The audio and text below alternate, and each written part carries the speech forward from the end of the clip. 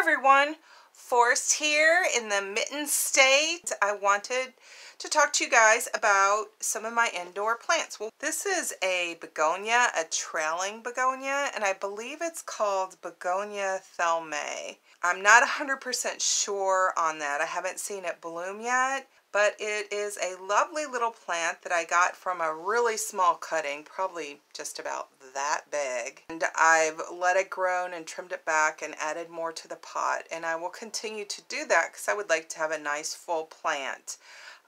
It does hang a bit. It's more of a trailing plant than a hanging plant, and it has really thick leaves. They're almost leather-like. And it does bloom. The blooms are white. Most plants do bloom except for a few out there, but we won't go into that. And it does get like these little root-like shoots along the stem, which makes it really simple to propagate. I just put it in with the soil after I've done a really good watering to it. But I also wanted to point out, this is a healthy plant. This is the one that I keep in a brightly lit room, not any direct light. Now, I wanted to show you this other one. My daughter liked the plant and she wanted a part, and so I started a couple clippings in this pot for her. But my daughter also lives in a cave, and you can see how this plant is more long and lanky than this one is. This is really kind of full. I now have it in my care, and I added some worm castings to it. That's why I have this bag out here. And I gave it a nice deep watering, and I also use Super Thrive as well. Just a little bit. A little of this goes a long way. I have a little of it here in this cup, and what I'm going to do is trim this plant, and I will rest the trimmings in here that I think will grow from that and thicken her plant up a bit and keep it in the sun.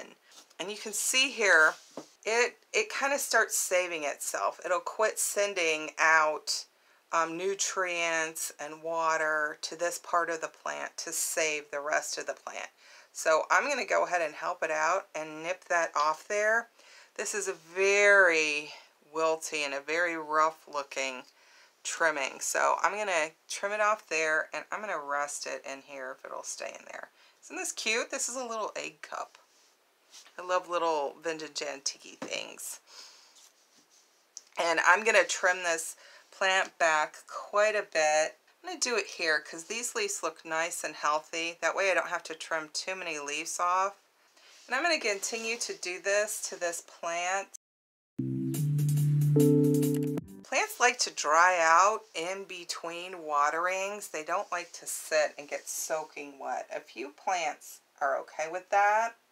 What I'm doing now is there's some salt sediment on the plant, just from water, just from usual tap water. It happens all the time, and you'll see it on top of soil.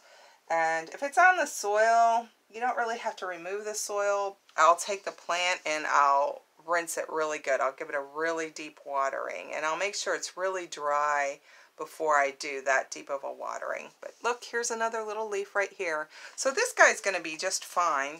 And what I like to do is I take a nail and I'll make a spot here, and I'll do this all the way around this container so this plant will get fuller. I'll probably eventually join both of these together into one container to have one bigger plant.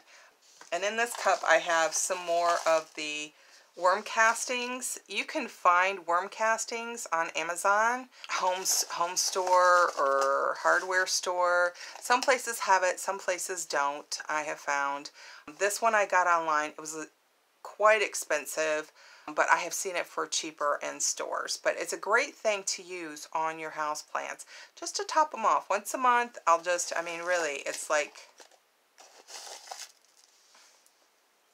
there you go. That's it. That's all I do. And then I'll give them a nice watering with a little bit of Super Thrive in there. Super Thrive is multi-mineral vitamin booster. This is beyond like doing any type of fertilizer. I'll use this along with the worm castings. I hope you guys enjoyed this, and I will see you guys in the next video.